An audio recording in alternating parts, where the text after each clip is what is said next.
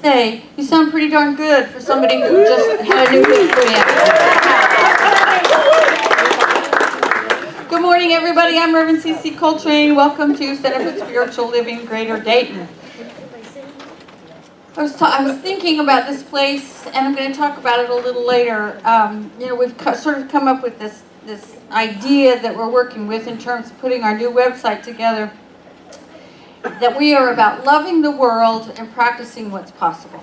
That's what we stand for here. So I really love that idea about us, and I think it's really true. I think it's what people feel when they walk in the door, loving the world and practicing what's possible. If you're here for the first time, a special welcome to you. Thanks for sharing your morning with us. Our reading and invocation this morning will be given by Jerry Blumgold, and our vigil holder is Linda Smith. And our interfaith candle lighting will be done by, is Teresa Napke here? She was here late last night, so she probably isn't. So it will instead be done by Jerry Blumgold and Lana Mayhew. The interfaith candle lighting is simply a reminder to us of the many sources of wisdom from the world's spiritual traditions. All of them have truth to offer us if we stop and listen to it. It's time for us to send our kids off. Carol will be with the children who are 10 and under, and Stephanie will be with the children who are 11 and older. So while you make your way over there, I'm just going to do a quick blessing for our children and the blessing that they are for our community. So right in this moment, I know that God is present in this room. It is present in every one of us, and it is present brilliantly in our young people. I give great thanks that they are here today, and what I know for them is that they today remember to the very core of their being who they truly are. Brilliant, brilliant lights that are going to change the world. And in deep gratitude for their presence and for all that they are, I just say thank you. I release it. I let it go. And we say together, and so it is. Have a fabulous day, you brilliant, brilliant lights.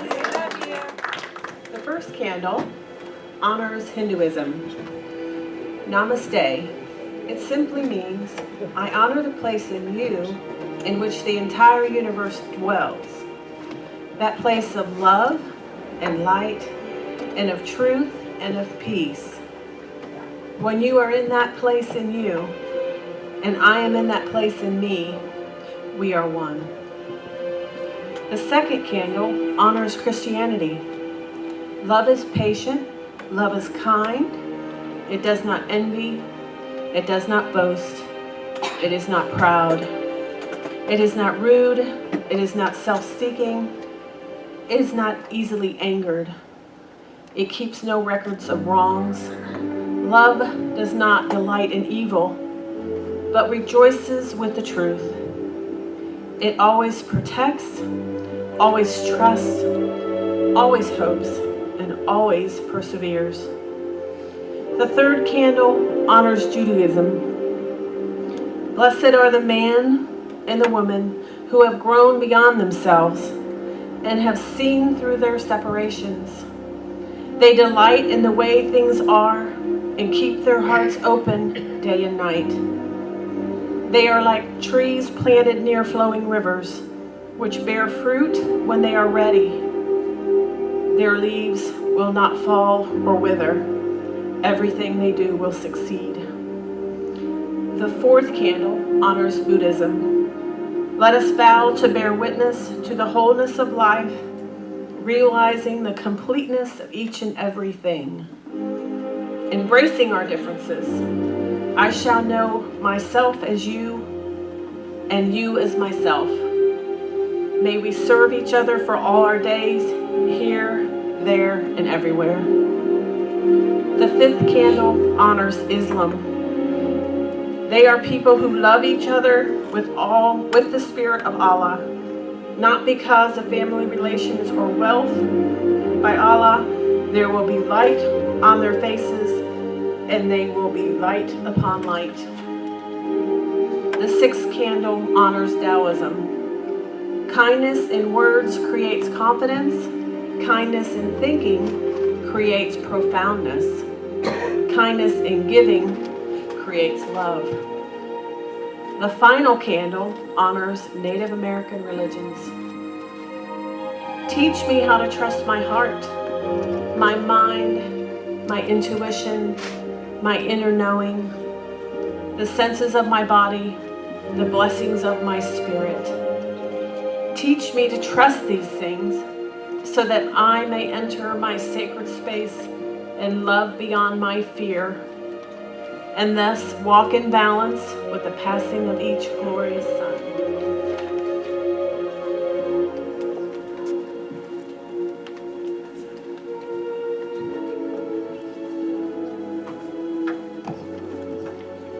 Today's reading is from Meister Eckhart. All day long, a little burro labors, sometimes with heavy loads on her back, and sometimes just with worries about things that only bother burros. And worries, as we know, can be more exhausting than physical labor. Once in a while, a kind monk comes to her stable and brings a pear.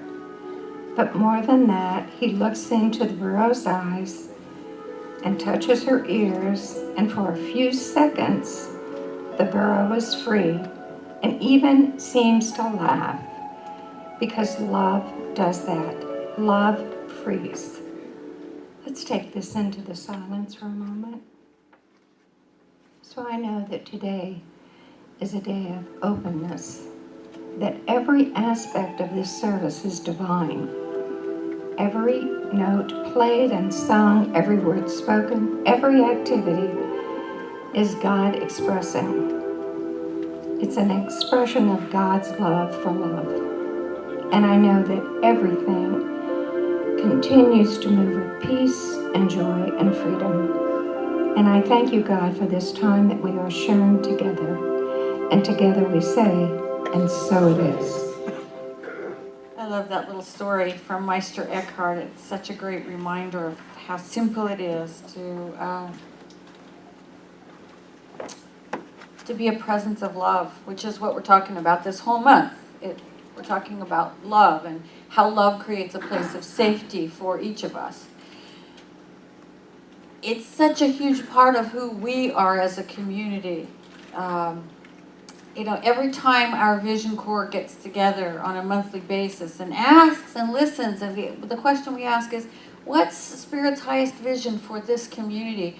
And part of the answer is always love, every single month. It comes out in many, many ways that part of our community, our essence, is love. It's very much what we're about, and it's what people feel when they walk in the door. And it's that kind of love that makes people feel welcome no matter who they are, and makes them feel honored and makes them feel safe. And I don't know whether you realize how rare and wonderful that is in this world. Places where what you receive when you walk in the door is love and acceptance.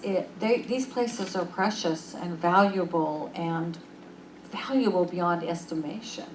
I hope you realize that that's what you have created here as a community. It's a beautiful, beautiful thing. People from all sorts of people come on Sunday. We all get to feel it, but even people who come for a yoga class or for a memorial service, as happened the other day, they feel it. The place is saturated with your love. And that's a wonderful, wonderful thing. A really remarkable thing, I think.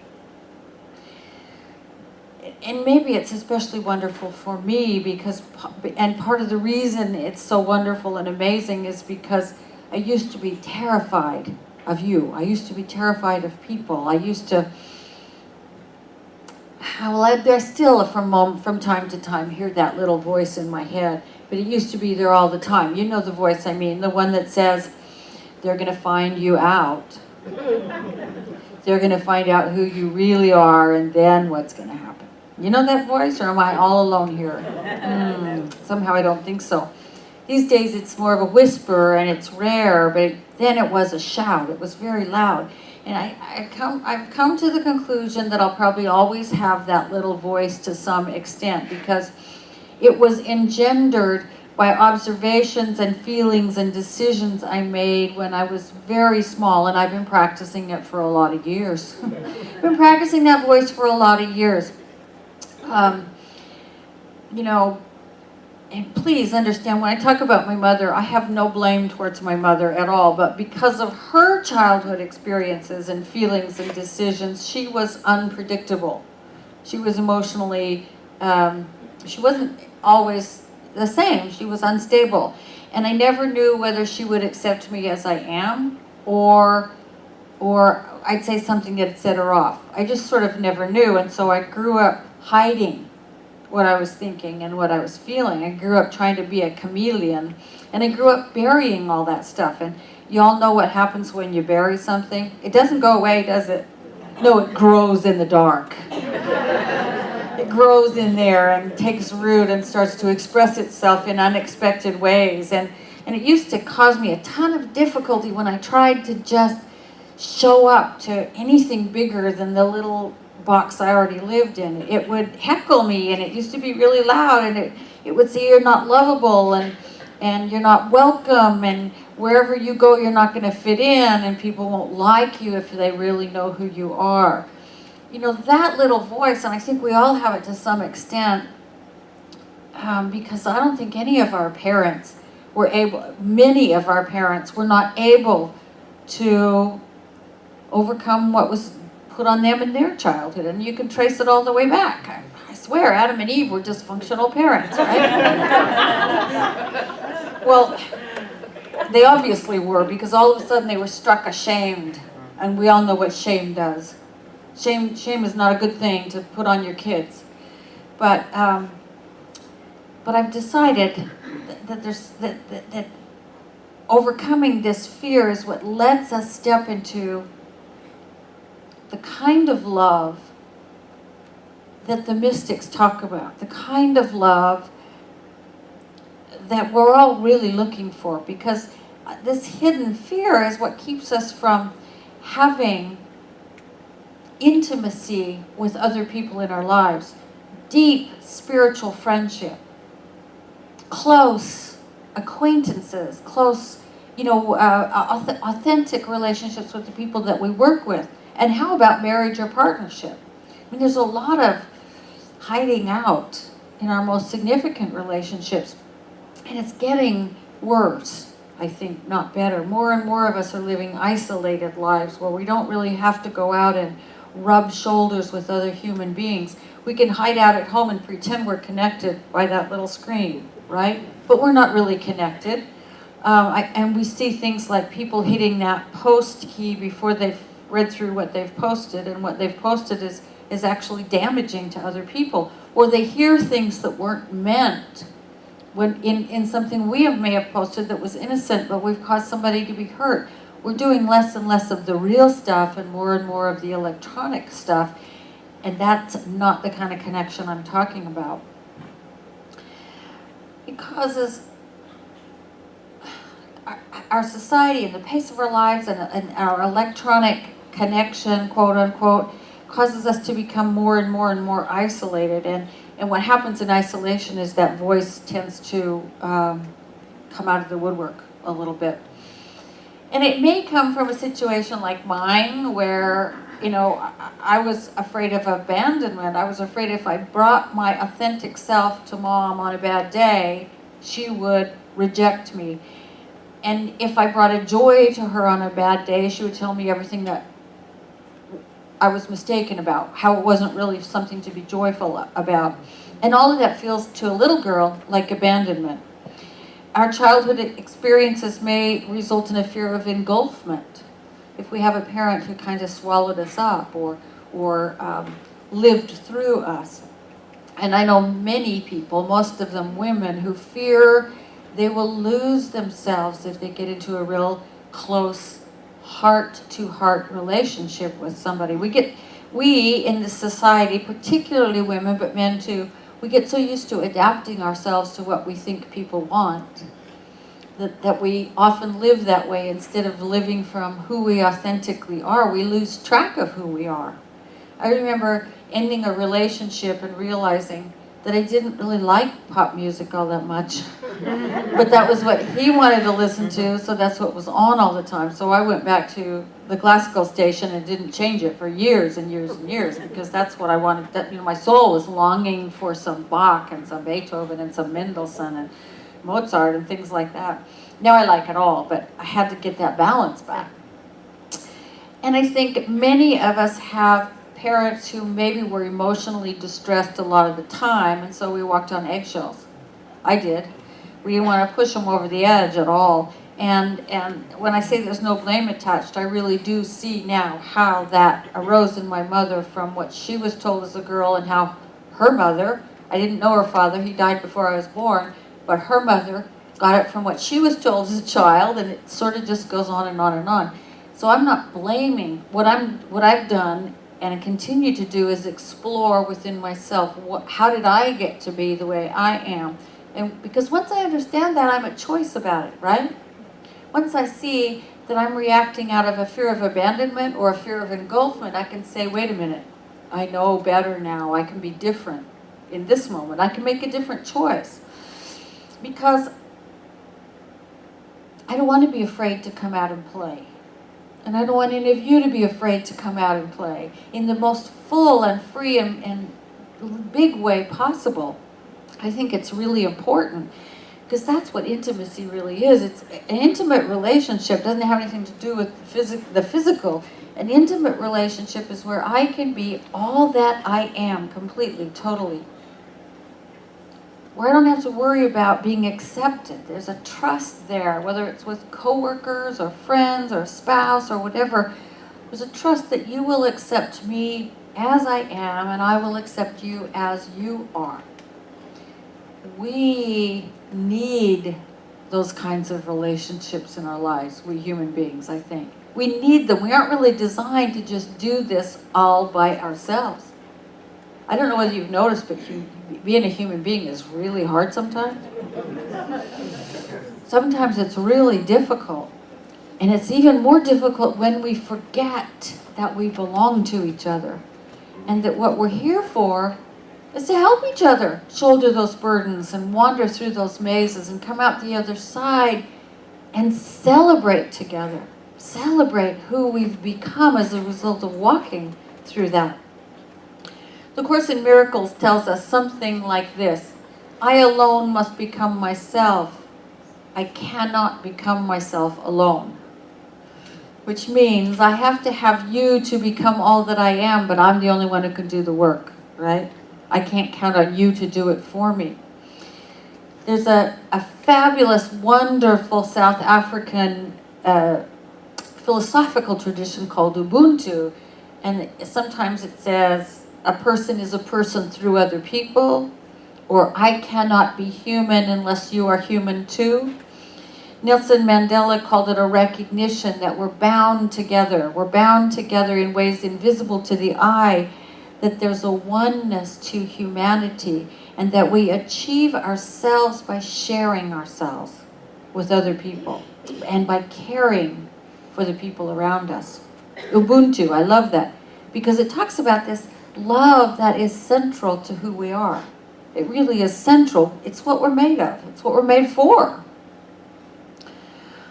And allowing ourselves to give and receive love freely is central, I think, to becoming all that we're here for, all that we came here to be, all that we already are.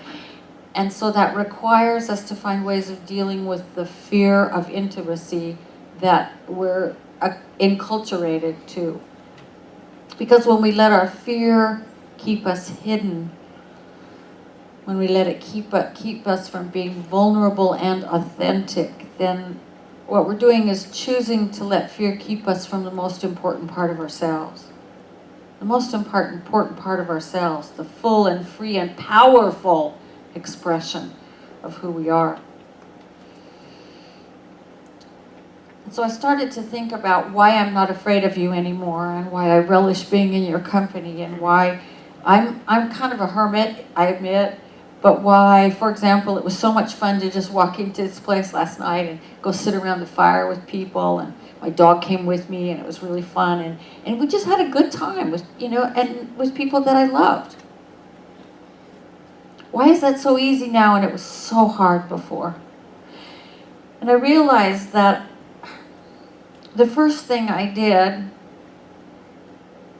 to counter that fear that people would find me out was to nurture a relationship with the God of my own being, the God of my understanding, as they say in AA. And it started in AA, but it grew and developed and became something entirely more wonderful. Let's see, it's 2017, so I guess it would be 30 years next year when I walked into the Center for Spiritual Living in Salt Lake City and heard this. Ernest Holmes, our founder, wrote it. We know the background of human thought is to a great extent one of negation, a denial of a harmonious and spiritual universe. Consequently, our outlook on life must be transformed by the renewing of the mind. Which is, of course, he's commenting on something from Scripture. I am transformed by the renewing of my mind. I give time every single day to the renewing of my mind, to the remembering that I am one with, and that what I'm one with is something good, and that the universe is an infinite possibility and a place of love. And I heard that, and I heard even more importantly when I walked in there that I am not flawed or sinful or broken, but I am a manifestation, a perfect, whole, and complete manifestation of the divine power and presence that created the universe. That there is nothing else I could be. And that took me a long time to take in. I felt blasphemous at first because I was raised Catholic, and they don't tell you that there.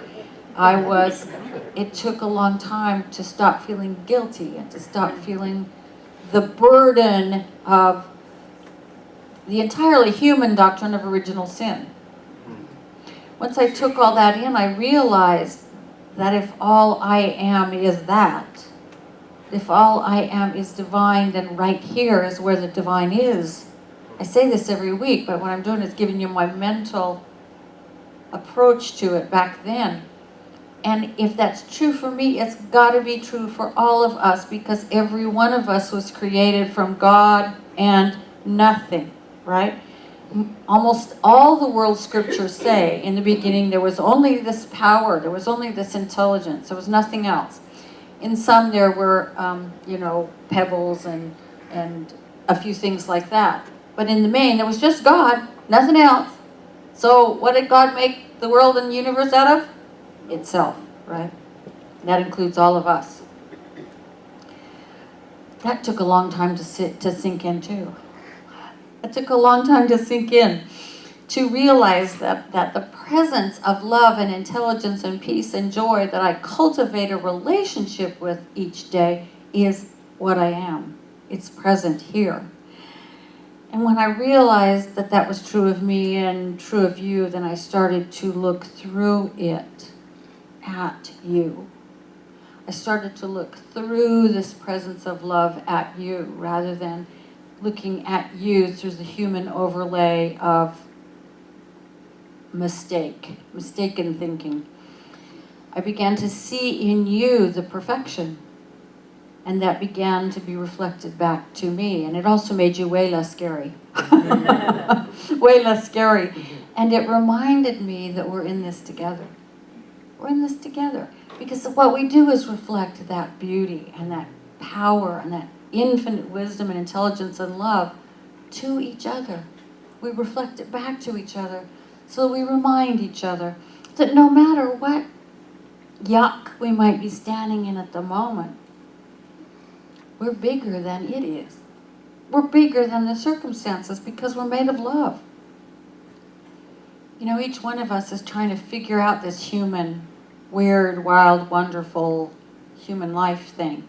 And we arrive having forgotten that we are divine in origin and divine in nature.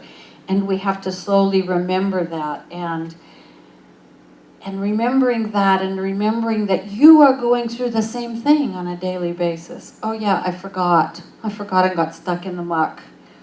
And how can I rise above this? And how can I allow that which is within me to shine forth? We're all doing that every single day in whatever way we're trying to do it.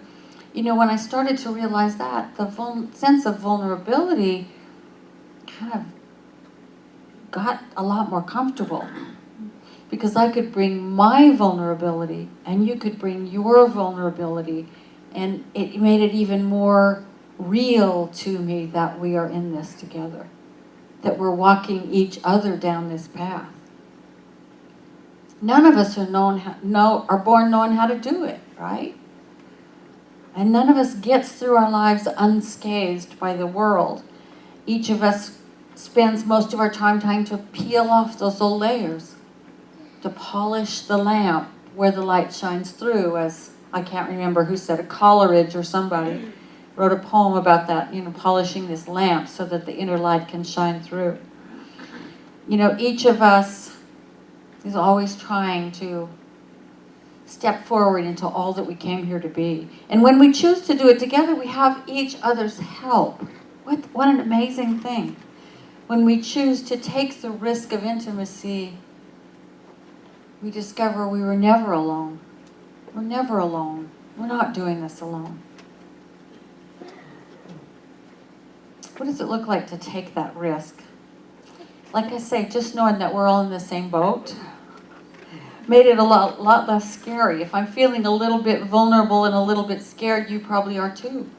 And just remembering that can bring me right back to that place of open-heartedness, to a place where I can approach you in tenderness and gentleness. And the second thing I try to remember is that when I have a reaction to you, it isn't about you, ever. It's always about me. I have a reaction when you do something that makes me, quote unquote, want to bolt. It's because I'm having an internal reaction. And emotional and spiritual maturity is realizing just that, I think, that when I react to something, it's my growth opportunity. It's not you, it's me. Once we realize that, we can start to make different choices. Sometimes we have to bolt and sit quietly for a minute and say, okay, I got this. This is my reaction. And then we can go back to the situation. And then eventually we don't have the reaction in the same way anymore.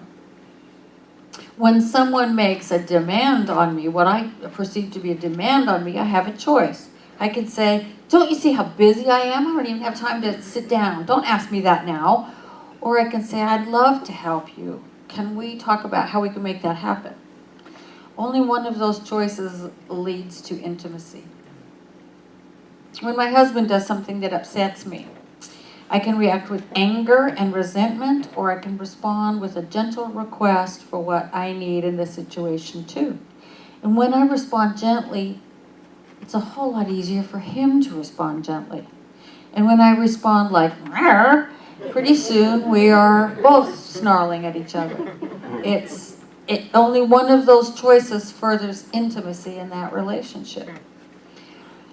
Being vulnerable, simply for me now, means being open to that intimacy, that sense of being allowed to be who I am, and of allowing others to be who they are. That's what being vulnerable, I've redefined it in that way. So it's not scary, it's just a matter of being open to who you are and expecting that you're open to who I am. And it's choosing every moment of every day.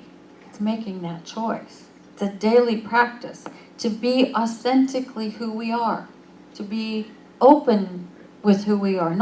And it does not mean, by the way, I made this mistake for a while too. It does not mean justifying being cranky or bitchy or bitter or angry or cold because my feelings are hurt. That's not authentic. That's projection. That's taking your bad mood out on somebody. The authenticity I'm trying to talk about is being authentic to saying, you know, my feelings were hurt and I'd like to talk about it so I can get through it. Not, you hurt my feelings. Not reacting, but responding. That's really what I'm talking about. When I take a few minutes to cultivate each day that relationship with God, then I am able to remember, and when I say God, I mean whatever your conception of that is. There's an openness, there's a space inside each one of us that's warm and peaceful and calm and joyful and powerful, and that's where I go. So whatever, I use the word God because it just feels right to me. If it doesn't to you, substitute whatever word you use. When I take a few minutes to be there, to live there, to rest there, and to open to all that is already there, then I remember that who I am authentically is love. Who you are authentically is love. And when we choose to live from our authentic love selves, rather than the part of us that kind of gets bashed around by life, when we choose to live from our authentic love selves, then we sort of step beyond those feelings I talked about earlier of being rejected or worrying about what people think of us or being afraid that we'll look foolish.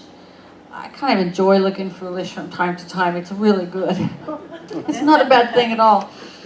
When we choose to live from that authentic love self, then our relationships become places where we can ask for help and receive it gracefully.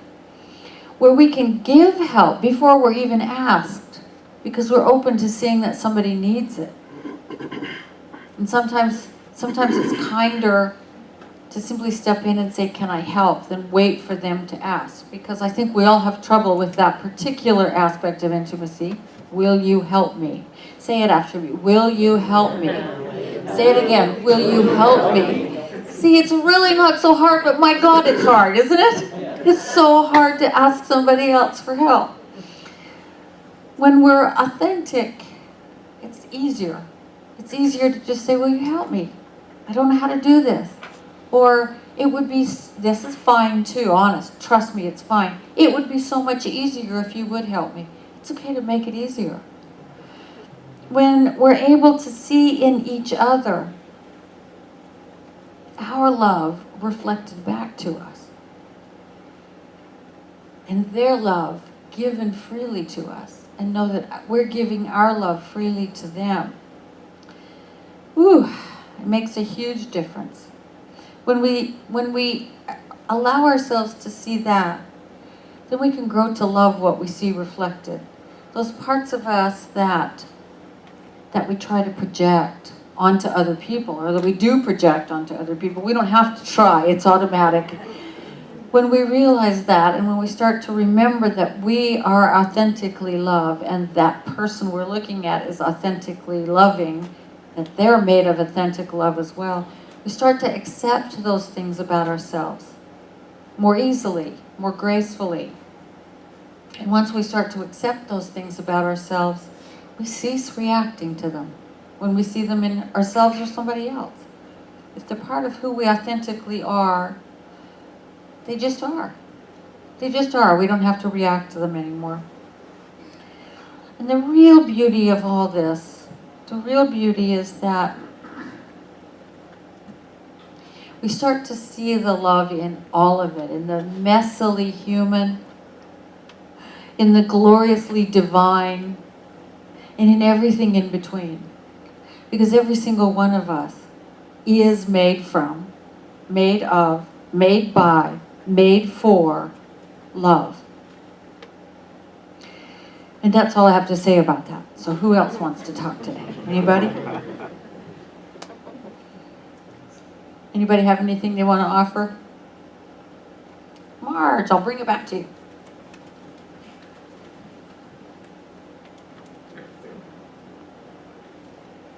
Well, I just want to add my here. Yes, this is a place of love that I have missed in the last few weeks, and it is so good to be back with you.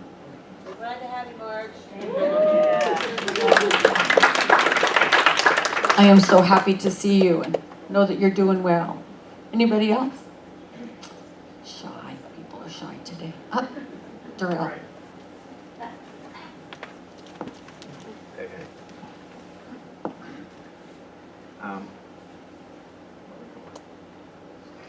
say that I really appreciate the concept that you're presenting. Honestly, I have, as you have before, the same difficulties submitting or just taking in all of the understanding that I am the divine. It's really difficult because of, I suppose, the ideology of fearing hell's fire. You know, like, oh my God, if I do this, and I feel blasphemy or something's going to happen. But I suppose my other question is like, how do you continue or even allow yourself to be vulnerable when you're depleted? And it seems like the only part of you that you have left, you want to hold on to it and fight for survival because you've given out so much.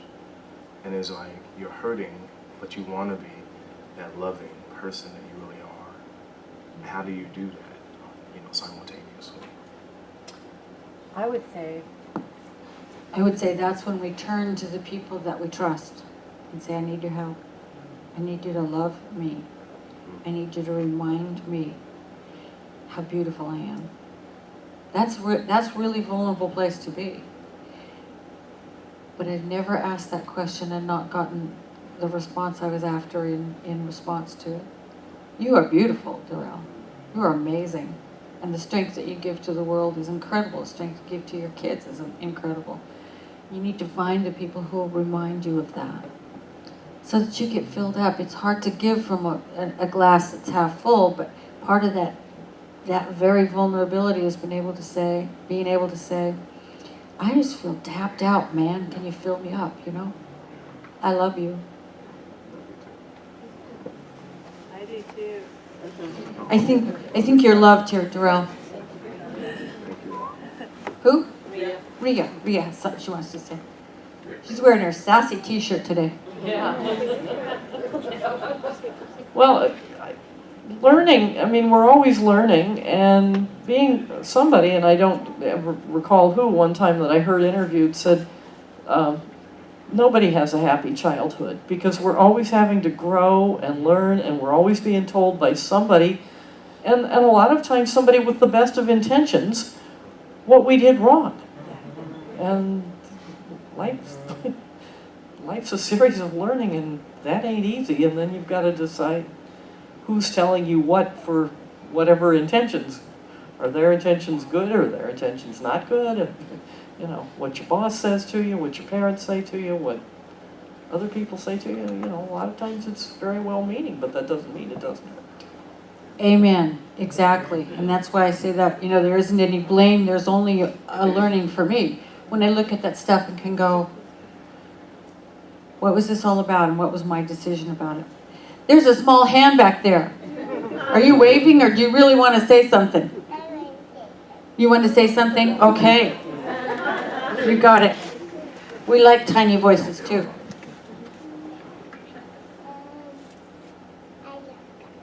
You love God? Good. God, you know what? God loves you too.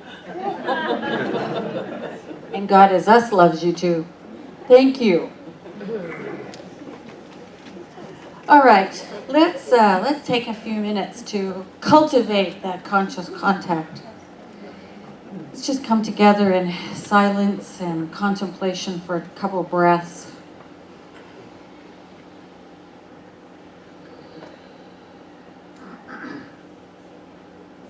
Remember with me that there's only one life. It goes by 10,000 names because each human being who thinks of it tries to conceptualize the unconceptualizable, calls it something a little bit different, means something a little bit different by the words they use. Yet we are all speaking of the same thing.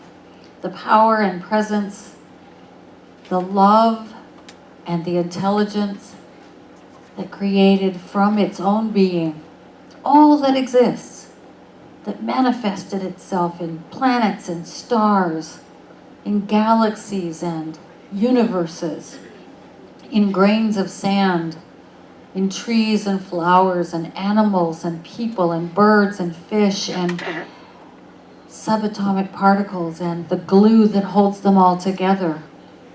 There is no place God is not. And there's no moment not fully occupied and taken up by the energy and life of God. It is right where I am. It lives within me. It expresses as me. It is in every cell of my body and in the myriad chemical reactions that keep those cells alive on a day-to-day basis, in the chemical reactions that result in thought and sensation and action, because it's all God, there's nothing else. And so I know that right where it is, it all is. It can't be chopped up and parceled out. It is holographic. At any point in this universe where I point, the allness of God is there. The love and the joy and the peace and the harmony and the power and the intelligence and the wisdom and the creativity and all of it is right there. And so at this point within me where God dwells, it all is, as the Sufis say, closer than my jugular vein. It is my breath. It is my life.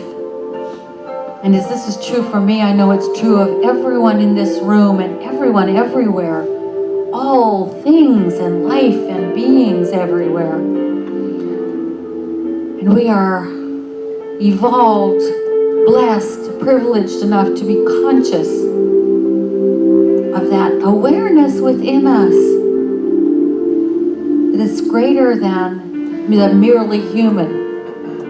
It is that thing which knits us all together. And so from this place of consciousness, I know and I claim that the gift of love that this community is, this fabric of love that we knit together by our presence and by who we are, that it continues to grow, and spread, so that people are not only drawn here, but our individual love, the love that we carry out into the world, each one of us continues to spread. It ripples outward and it touches people that we don't even know it touches.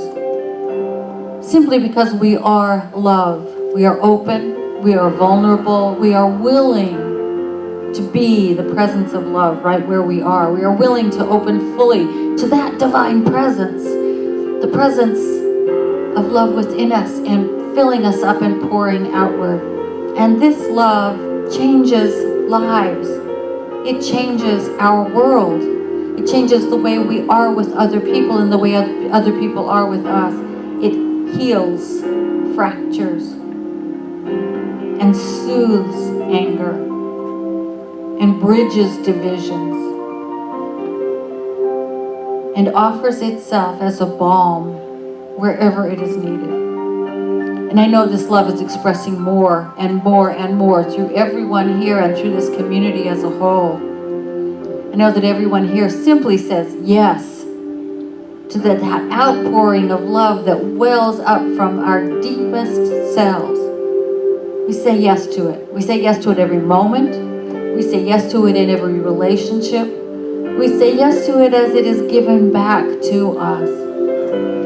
As we participate in this great circular flow of love that is the life of the universe. And so I call that a great blessing upon us, and I call us a great blessing in our world. We truly are a force for good. As we grow in love, we become an even more powerful force for good. And I am grateful. I am grateful for that we are here together this morning. I am grateful for everyone who is taking part in whatever way in this service today. I am grateful for this reminder that we are love made manifest. And in deep gratitude, I simply let go. I release these words because I know that the universe has already said yes to them. It said yes to them before time came to exist. Truly, we are created in love, by love, through love, as love. And so I just let that be so. I let it be. And we say together, and so it is.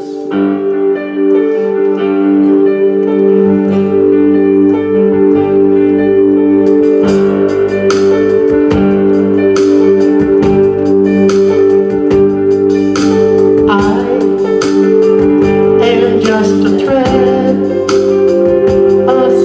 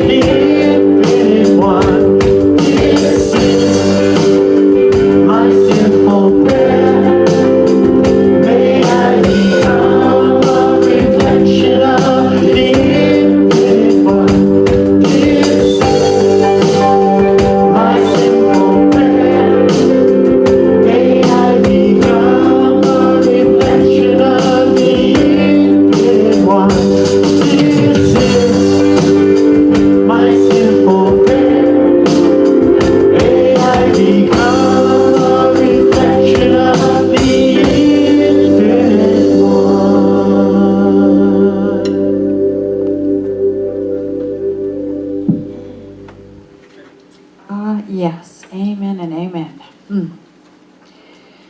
And so now we have an opportunity to give, to generously offer our love to this whole community in support of it and its work.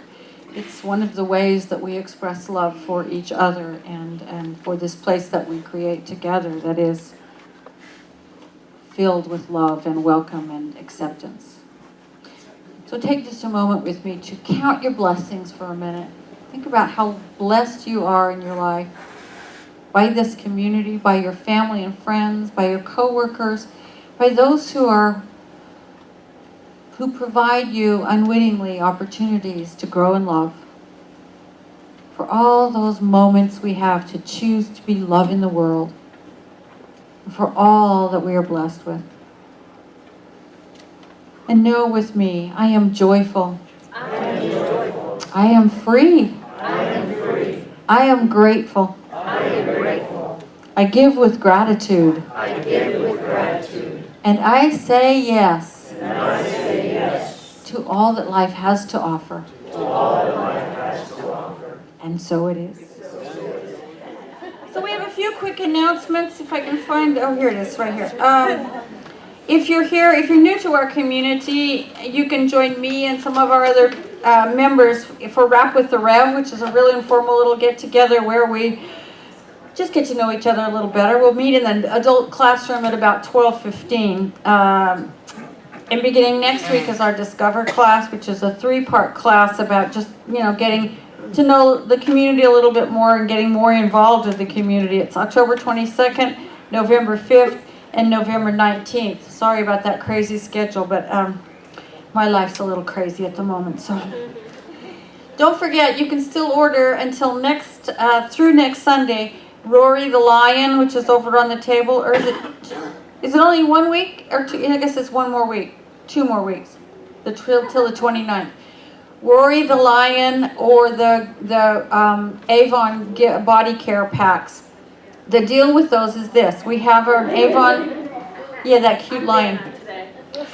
She's Venom. We have an Avon representative who is doing this as a fundraiser for the center, but also as part of our Christmas giveaway thing where we adopt, we adopt part of our community.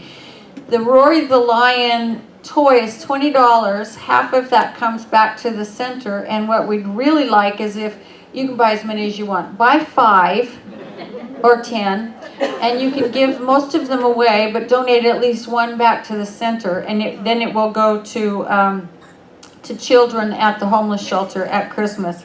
With regard to the body care packs, same thing. You can buy as many as you want to take care of your Christmas gift. They're actually very nice. They're only $12 too. Half of that comes back to the center, and then if you donate 1 or more back, they go to the teens who are, I can't remember the name of the program they're in, but they're kids who have really hit some bumps in their lives and could use a little loving care and support. And so we're going to give that to them this Christmas. So place your orders in over there. You can you pay for them anytime in the next 2 weeks with Clara. Are you? Where'd she go? Oh, you're the quilt lady. Any chance you could put an envelope for money if people want to leave their money? Put envelopes over there for people to leave their payments in, and they can just write their name on it and shove it under the door or something. Sure. That's what I thought you'd say. She's so good. Well, actually, I thought Peggy was going to be here today, but I don't see her. So if you want to leave your money today, we'll find you an envelope. How's that? While they're standing over there, I think I'll let them come and do their quilt thing. It's getting heavy. It's a very heavy quilt. Beautiful quilt. I don't. I tried to make her wear one. She wouldn't do it. We can't see your tutu. Oh, I did in the parking lot. I twirled in the parking lot because I'm like, this is so cool. All right. So what I'm here to talk to you today about is a bingo bash that's coming up on November 18th from 5 p.m. to 8 p.m. This is a fundraiser, and it's going to be in a social hall. We are raffling off tickets for a 50-50 raffle, and we are also raffling off tickets for this lovely quilt. It's a king size. It's a giant, heavy quilt. heavy. Might want to bring a friend, carry it home. And please bring a friend. So we're going to do a 50-50 raffle. Like I said, we're going to raffle off this quilt. And then it's going to be about $5 to get in, and then you'll be able to buy your bingo cards. There will be food, like snacks, and there will be beverages. Adult beverages. There will be adult I sound like an beverages. alcoholic, but I mean, I'm not. Booze is good, you know, it's good. So, It's a partay, folks. it's a partay, yeah. So all this week and all next week, up until the 18th, if you all want to buy a ticket for this quilt or for any other thing that we're going on, if you want to take that, you're welcome too. They will be in the office to in the office to take your donations. It's for tickets to, like I said, we're going to do a 50-50 raffle. So the more you buy, the better your chance to win a lot of money. And 50% of that goes to you, and 50% comes to the center. So that's a very good thing. And the ticket prices are kind of general. 1 ticket $1, 6 tickets $5, 12 tickets $10, 25 tickets we're going to sell you for $25. So it's going to be a bunch of fun. It really is. And up until November 18th, we're going to be selling tickets so you can buy in advance and have a really good opportunity to win a ton of money. So thank you. Thank you. And please wear a tutu, because I believe Reverend Cece will be calling bingo numbers, and we have a couple of other people who are going to call bingos. And now you can Yeah, we have to all wear tutus. I don't know, I'm scared. We're gonna, the people who are manning and womaning the tables will be in tutus that night, regardless of gender, so be sure you come. That'll make it worth it right there, right? See if we can get some of these guys in tutus, that'd be good. Next, I'm sorry, this is degenerating into silliness. I'm gonna hurry through the others. Next weekend is the fall camping trip, and it's going to be really, really good. It's at Houston Woods State Park, which is near Oxford. You can register up through, you can still register, just talk with the office this week. I've been asked to tell you to please look at the flyer that has Snoopy and, I can't remember the bird's name, roasting, Snoopy and Woodstock roasting marshmallows. And it's all correct, except that the campsites are non-electric. This is going to be like real camping, you guys. They are going into Oxford as a group on Saturday to have dinner together. So if you come, you don't have to plan dinner for yourself unless you want to stay by yourself in the campground and eat dinner alone. But they are going into Oxford for dinner. It's $54 for the campsite fee for both nights, or $27 for one. You could actually even go out there and just have dinner if you wanted. Please take a look at the rest of the things that are in your bulletin. And if you'd like prayer after one more thing. There is a group of us getting together to form a finance team for the center to talk about lots of things. But if you're interested in participating and serving on that, we're going to meet Thursday evening, this coming Thursday at 6 o'clock here, probably in the adult classroom. So please, if you're interested in doing that, join us then. If you would like prayer after service, you can talk with any of the licensed practitioners who have their teal or white stoles on. And I'm going to ask those practitioners to do me a favor and maybe go in there, what used to be the bookstore or the library, because I have a couple eagerly waiting to get married right after service. So if maybe you could do that, that would be great. But all you have to do is walk up to the practitioners and say, I'd like prayer, and they will find a corner for you to sit down with you in, and they are very, very good. They've been trained, and they have experience in seeing through the circumstances to the spiritual truth and helping you to see it too. So please take advantage of their gift to you on Sundays. You can also put a written prayer request in the prayer box or call the prayer line, which is listed on the back of your bulletin cover. All right, for the first 3 minutes after service, go find somebody you don't know real well and introduce yourself, make a new friend. And don't forget to get lots and lots of hugs. Don't leave until you had at least 10, please. Thanks to everybody involved for making this happen this morning. Thank you all for being part of this environment of love that we've created here. Let's stand for our closing affirmation and our closing song. I don't know, maybe we should just sing I Release again. But I think they have. What is he singing? They have planned We Are One. But first, repeat after me. Today I realize I have nothing to fear.